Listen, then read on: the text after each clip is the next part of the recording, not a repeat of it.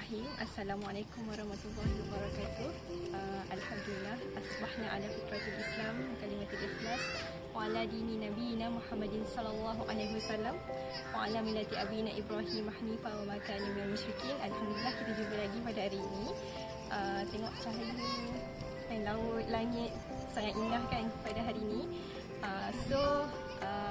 Dan sekarang ni kita dah berada dalam fasa PKP. Jadi saya rasa ramai dari antara kita, terutama para ibu, isteri atau wanita yang bekerja lah, mengalami fasa-fasa adaptasi di mana ada yang sebelum ni sibuk bekerja, kemudian kita duduk di rumah menjadi suri rumah tangga, menguruskan rumah secara dalam satu tempoh yang panjang. Kemudian sekarang kita akan beransur untuk mula bekerja lah. Ada juga yang sepanjang tempoh PKP ni memang bekerja macam biasa, terutama yang frontliners kan. Jadi kadang-kadang dalam tempoh proses adaptasi ni, kita banyak kita memakai topi yang berbeza-beza. Sekejap jadi ibu, sekejap kita menjadi seorang isteri, sekejap kita menjadi seorang anak, dan kita pula menjadi ketua di tempat kerja, mungkin kita adalah seorang pekerja. Jadi kita memakai topi yang pelbagai. Kadang-kadang dalam tempoh ni kita akan rasa sangat letih, dan kita, terutama wanita ni, dia suka memberi. Jadi bila dia memberi, dia terlupa pada diri dia sendiri.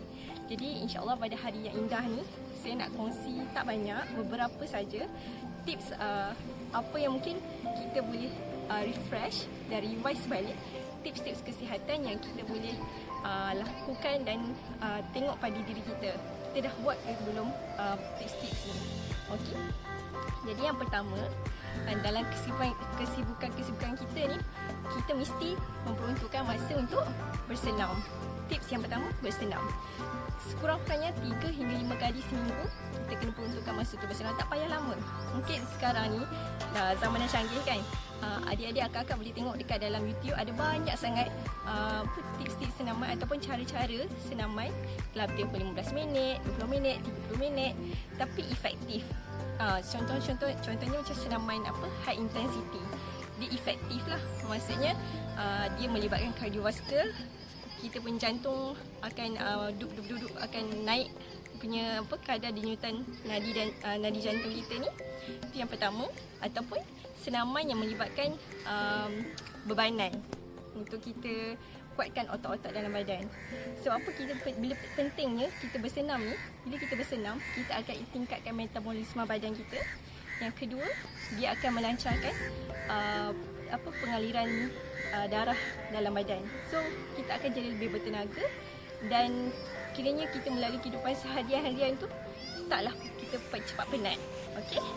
So yang kedua, tips yang pertama, tips yang kedua adalah makan secara sihat. Makan secara sihat ni adalah tanggungjawab setiap daripada kita. Sebenarnya tak kisahlah lelaki atau wanita, tapi terutama pada seorang yang sibuk bekerja atau sibuk menguruskan keluarga, makanan yang sihat ni sangat penting. Sebab ini akan menentukan kita ni mampu perform dalam kehidupan seharian kita ataupun tidak lah. Okay? Makanan sihat ni tak kisahlah sama ada kita ni memang ada dalam ideal body weight, ataupun kita ni dalam keadaan memang baru nak mencapai ideal body weight. Dalam dua-dua keadaan ni, makanan yang sihat tu sangat penting. Kalau ikutkan tips KKM lagi, suku separuh. Jadi, tapi saya nak bagi tips yang paling mudah. Nombor 1, kurangkan garam.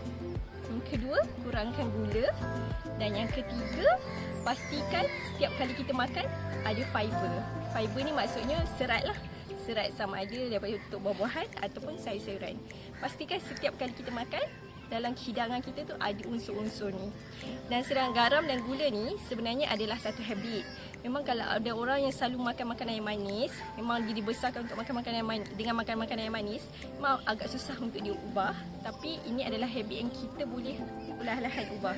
Contohnya mungkin sebelum ni kalau kita buat air, kita pakai 1 ataupun 2 sudu kecil gula. Mungkin lepas ni kita boleh kurangkan kepada 1, dan sampai satu masa mungkin dia tak perlukan gula lagi dalam minuman kita. Okey.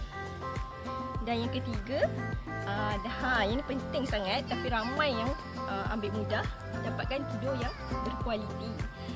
Tidur ni adalah satu ibadah. Kadang-kadang kita ingat tidur yang berkualiti ni mesti 8 jam, mesti 10 jam. Sebenarnya tak bergantung kepada berapa lama durasi kita tidur tu. Tapi penting kepada kualiti. Maksudnya apa? Bila kita bangun tidur, kita rasa fresh, kita rasa kita boleh berfungsi untuk meneruskan hari tersebut. Jadi antara tips-tips untuk dapatkan tidur yang berkualiti, yang pertama, tidur dalam keadaan yang gelap. Yang kedua, elakkan ambil kafein beberapa jam sebelum kita tidur.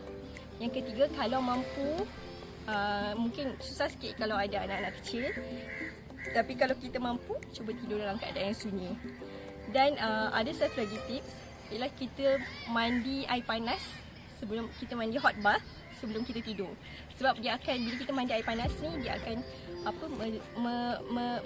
melegakan otot-otot yang tegang dan menyebabkan kita lebih relax dan kita boleh tidur dengan nyenyak lah. Okey. Dan tidur tu adalah ibadah, jadi dapatkan tidur yang berkualiti.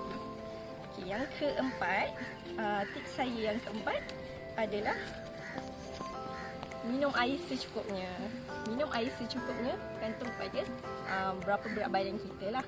Okey, tapi kat sini air yang saya maksudkan adalah air putih lah, bukannya air manis Okay, dapatkan minum air secukupnya. Sebab bila kita minum air secukupnya, pengaliran darah dalam badan pun bagus, kulit akan jadi lebih lembap, kemudian senang untuk kita menyah toksin. Kita buang-buang, bila kita kencing tu, toksin akan keluar melalui sistem perkubuhan kita. Yang kelima, sensitif kepada perubahan badan. Kenapa saya katakan sensitif pada perubahan badan? Maksudnya, bukan kita sensitif berapa banyak jerawat yang kita ada, gelap ke, sunburn ke, tak sunburn ke, bukan macam tu. Maksud saya sensitif pada perubahan badan adalah, contoh, bila kita mandi, setiap kali kita mandi, kita buat breast examination. Kita cek payudara sama ada ketulan ataupun tidak.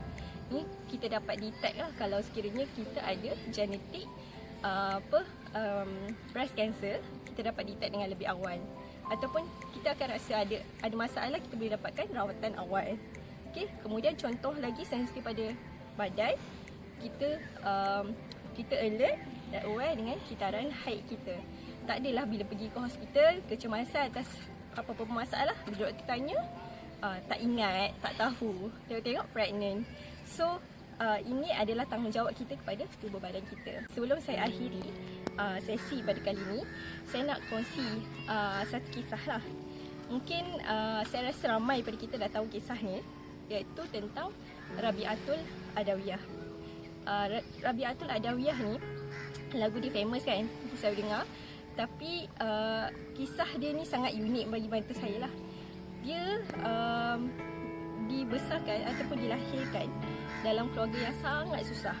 Masa kecilnya dia terpaksa menjadi hamba dan bekerja teruk lah.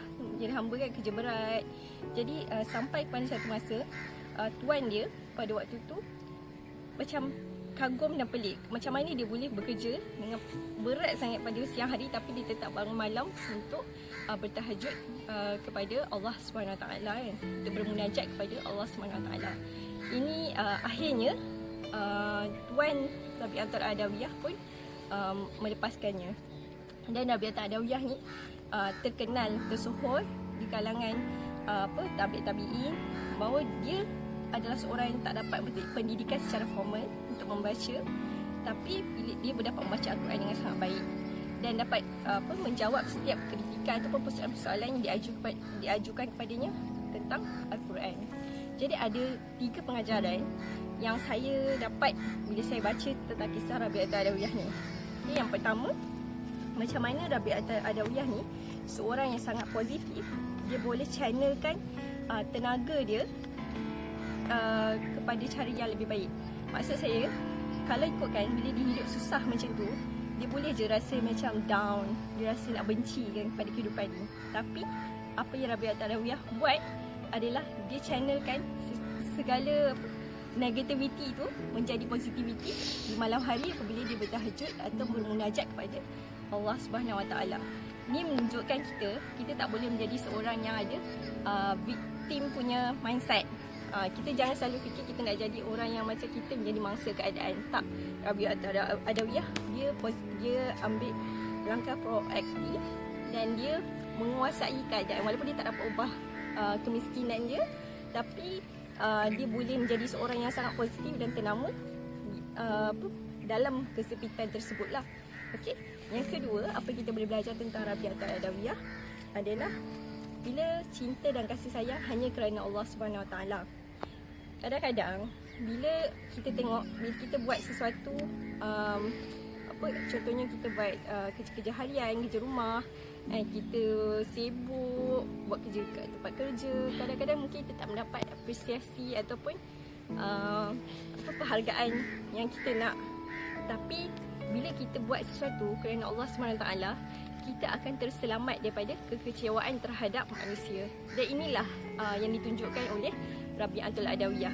So bila kita tidak bergantung pada appreciation ataupun penghargaan daripada manusia, kita akan jadi seorang yang positif dan tak pedulilah dengan apa saja pandangan orang, dan kita tak terus buat apa yang kita perlu buat dan melaksanakan tanggungjawab kita dengan bahagia. Okay? Dan yang ketiga, cari ketenangan dalam bersendiri. Maksudnya apa? Rabi'ah Adawiyah memperuntukkan malam-malamnya dalam keadaan sunyi, mencari ketenangan, bermunajat kepada Allah SWT. Jadi bila kita nak cari ketenangan dalam diri sendiri, dalam bersendiri ni, contoh kita bertahajud, kita ambil masa duduk di mihrab kita sendiri membaca Quran, ataupun kita pun ambil masa sedikit, macam contoh pada waktu cuti macam ni, jalan-jalan dekat tepi pantai, untuk kita bermuhasabah dan tengok keindahan ciptaan Allah SWT. Okey, mungkin boleh ada kita boleh bersarapan, duduk di jendela kat rumah sekejap, sunyi-sunyi tu pukul 5 pagi kan, kita buat air kopi dan lepas kita tahajud apa semua, untuk kita bermunajat dan bersendiri melihat langit ciptaan Allah SWT pada waktu awal pagi. Ada banyak cara lagi lah yang kita boleh buat untuk mendapat ketenangan dalam bersendiri. Jadi saya rasa cukup saja itu tips-tips yang saya kongsikan pada sesi kali ini. Jumpa lagi pada sesi akan datang. Assalamualaikum warahmatullahi wabarakatuh.